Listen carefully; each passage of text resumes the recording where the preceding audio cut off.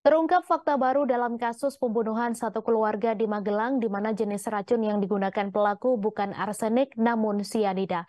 Kepala Bidokes Polda Jawa Tengah Kombes Sumihastri Purwanti menjelaskan dari hasil pemeriksaan laboratorium forensik jenis racun yang digunakan oleh pelaku adalah sianida. Ia mengatakan kandungan sianida yang ditemukan berada di organ lambung, sampel darah, dan urin ketiga korban.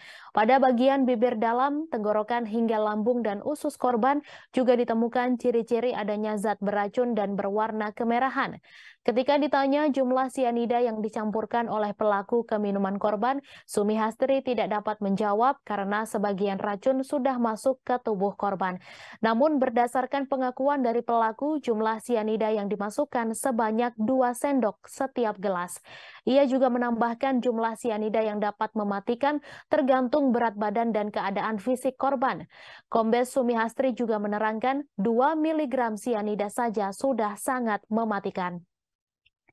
Sumihastri mengatakan jika minuman berwarna yang sudah tercampur dengan sianida maka tidak akan terlihat oleh mata manusia.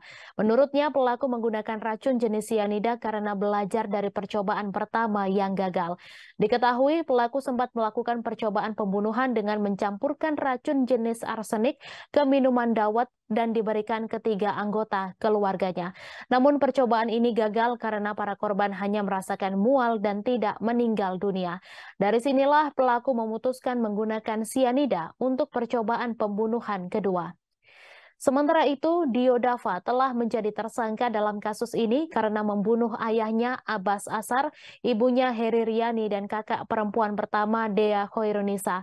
Motif pembunuhan yang diungkapkan Dio ketika proses penyelidikan adalah sakit hati menjadi tulang punggung keluarga.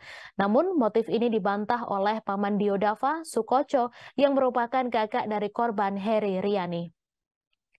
Ia menjelaskan selama ini Dio selalu hidup boros dan membebani perekonomian keluarga. Menurutnya Dio pandai berbohong ke orang tua agar diberi uang yang jumlahnya tidak sedikit.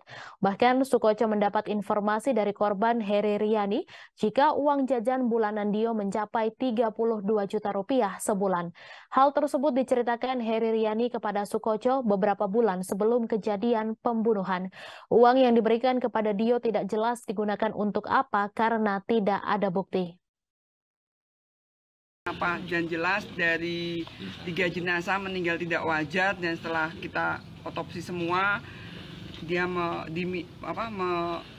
minum air atau cairan yang ada racunnya. Karena apa? Dari saluran nafas atas dari bibir sampai lambungnya ada merah seperti terbakar sehingga dia meminum suatu zat beracun. Dan dari organ-organ dari otak, jantung, hati, paru juga ada tanda-tanda racun. Dan untuk pasti racunnya apa, sampelnya yang meriksa laboratorium forensik.